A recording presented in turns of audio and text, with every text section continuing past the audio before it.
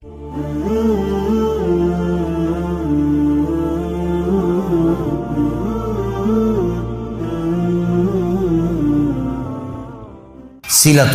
ini penyebab datangnya rezeki dan memperbanyak. Perlu kita ketahui, silaturahim ini istilah dalam agama kita khusus bagi orang yang punya hubungan darah saja.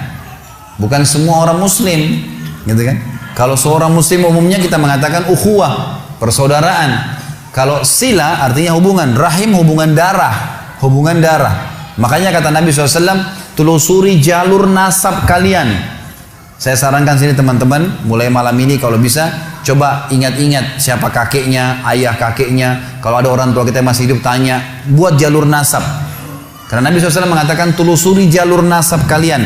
Kakek kita siapa, ayahnya siapa, berapa bersaudara, nikah sama siapa, saudara-saudaranya, punya anak siapa. Jangan sampai kita ketemu sepupu kita di jalan, nggak tahu gitu.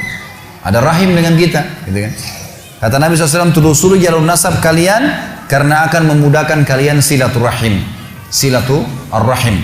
Jadi ini harus yang punya hubungan kerabat ya, hubungan darah. Dalam riwayat Bukhari Muslim yang lain kata Nabi SAW, kata seorang sahabat, waktu dia bawa satu kantong dirham, dia bilang, ya Rasulullah, saya punya sekantong dirham, saya mau sedekahkan. Ada dua orang target saya. Yang satu muslim umum, tidak ada hubungan kerabat sama saya. Yang susah, yang satu muslim, punya hubungan kerabat sama saya dan susah. Yang mana saya bantu? Kata Nabi SAW, kalau kau bantu yang punya hubungan kerabat denganmu, maka kau mendapatkan dua pahala. Pahala sedekah dan pahala silaturahimnya. Dan puncak silaturahim teman-teman sekalian adalah kedua orang tua kita. Teman-teman di sini yang pendatang, ya. Juga tentu yang mukim, yang orang yang memang asli di sini. Kalau orang tua Anda masih hidup, jangan sia-siakan. Kejar sedekah paling afdal ke mereka tuh. Silaturahim teman-teman sekalian, pakai stopwatch kalau antum merasa terganggu pekerjaan. Telepon sehari 1 menit aja. 1 menit aja. Telepon tuh ayah, ibu, tanya kabarnya, ayah, ibu baik, ada kebutuhan.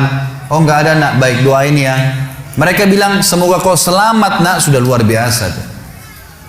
Telepon mereka, teman-teman banyak di Indonesia, di Jakarta saya temukan yang memang merantau, akhirnya orang tuanya cuma ditelepon setahun sekali.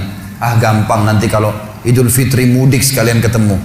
Tapi kalau teman-temannya tiap hari telepon, kalau nggak telepon temannya dimarah-marahin, kenapa nggak telepon, tiap hari dicari. Ini gimana cara?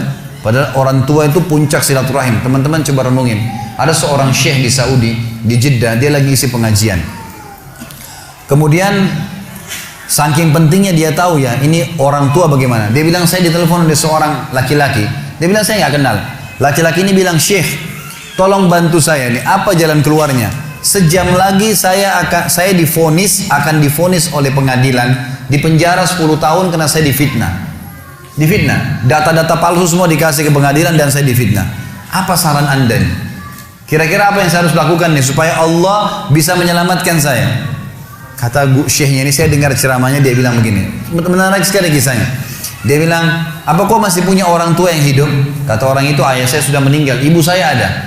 Kata syekhnya, kau masih bisa keluar dari pengadilan? Dia bilang masih bisa. Baik, sekarang kamu keluar dari pengadilan, singgah di restoran terbaik yang kau temuin, kemudian temuin ibumu, ajak makan siang ibumu.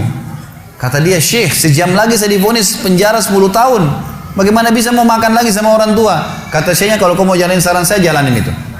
Anak ini dalam kondisi dia bingung, tidak tahu apa dia, maka dia pun singgah di restoran, kemudian dia pergi ke rumah ibunya. Setengah jam kemudian kata syekh, saya ditelepon.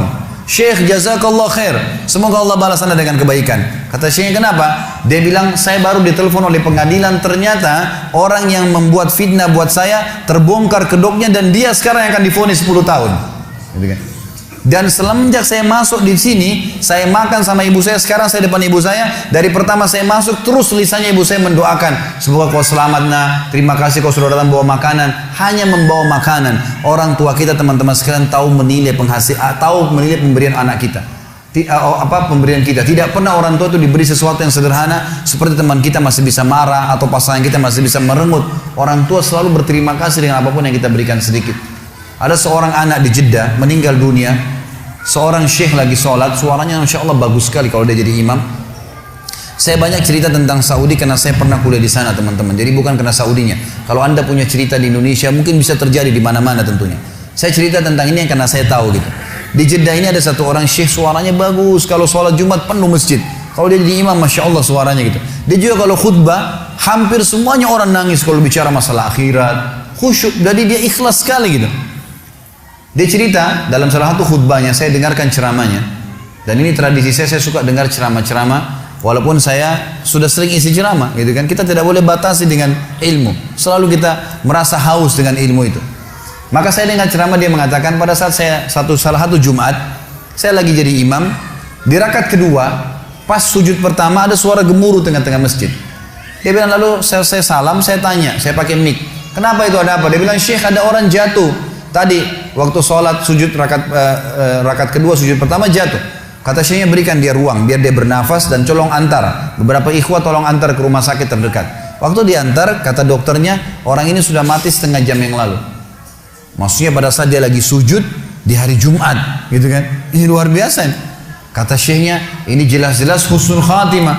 Hadis Nabi SAW, siapa yang meninggal hari Jumat tidak akan kena fitnah kubur, dan juga dia mati dalam keadaan sholat, jelas dari ibadah, apalagi lagi sujud kepada Allah SWT. Lalu dia bilang, datang adiknya mengambil jenazah kakaknya. Lalu saya bilang, ini kakakmu datang jauh-jauh sholat di sini karena dia mau sholat dengan saya. Dia mau dengar ceramah, dia mau dengar suara bacaan Al-Quran. Maka saya minta, tolong izinkan saya memandikan jenazahnya. Kata adiknya, baiklah silakan. Datanglah Syekh ini ke rumahnya, dimandikan jenazahnya. Kemudian malam takziah pertama, dan disunnahkan 3 malam takziah. Malam takziah pertama, kata Syekhnya, setelah selesai jamu tamu-tamu semua, gitu kan, tamu datang mendoakan, mereka membawa makanan lalu mereka pulang. Lalu kata Syekhnya, saya tanya adiknya, kakakmu ini sebenarnya apa sih perbuatan amal dia yang paling menurut kamu Allah ridhahi sampai Allah tutup dengan husnul khatimah begini? Dia bilang, Syekh, kami punya orang tua, ayah kami sudah meninggal, ibu kami masih ada hidup, dan kami 6 orang bersaudara, semuanya bakti dengan ibu kami. Tapi kakak saya ini punya kelebihan plus. Setiap kami datang ke rumah ibu kami, pasti dia yang paling pertama ada. Sisirin rambutnya, aturin bajunya, laki-laki ngurus gitu. Orang tuanya, ibunya dirawat betul sama dia. Dia bilang sampai kalau sisirnya patah dia yang gantiin, sampo, sabun semua dia yang siapin, semuanya diperhatikan. Maka kata Syekhnya, pantas Allah tutup dengan husnul khatimah, pantas Allah tutup dengan itu. Dan teman-teman, apa yang melarang anda mengirimkan misalnya dari Bali di sini atau dari Denpasar ini, ada rezeki, kirimkan ke Jawa. Keluarga kita tahu di sana ada sampo, tahu di sana ada sabun, tahu. Kenapa kalau kita paketin dari sini khusus buat mereka? Maka luar biasa, mungkin kita korbanin 500.000, 300.000, teman-teman sekalian, sudah cukup orang tua kita mendoakan kita seumur hidupnya. Bagaimana kalau setiap bulan kita rutinkan, gitu kan? Harusnya kita lakukan seperti itu. Ini puncak silaturahim. Setelah itu datang kerabat-kerabat yang lainnya. Kata Nabi SAW, siapa yang ingin diberkahi umurnya, di sini sering diterjemahkan dalam buku Indonesia, siapa yang ingin dipanjangkan umurnya, gitu kan? Sebenarnya tidak ada kata-kata panjang umur ya, karena umur sudah ditentukan, 60 ya 60.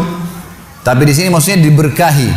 Jadi kalau dia punya 60 tahun, dia sering silaturahim, dengan ada orang lain punya umur 60 tahun tidak silaturahim, kita temukan yang sering silaturahim ini akan berkah hidupnya. Sudah banyak bangun masjid, sudah banyak kegiatan-kegiatan sosial, Allah berkahi umurnya.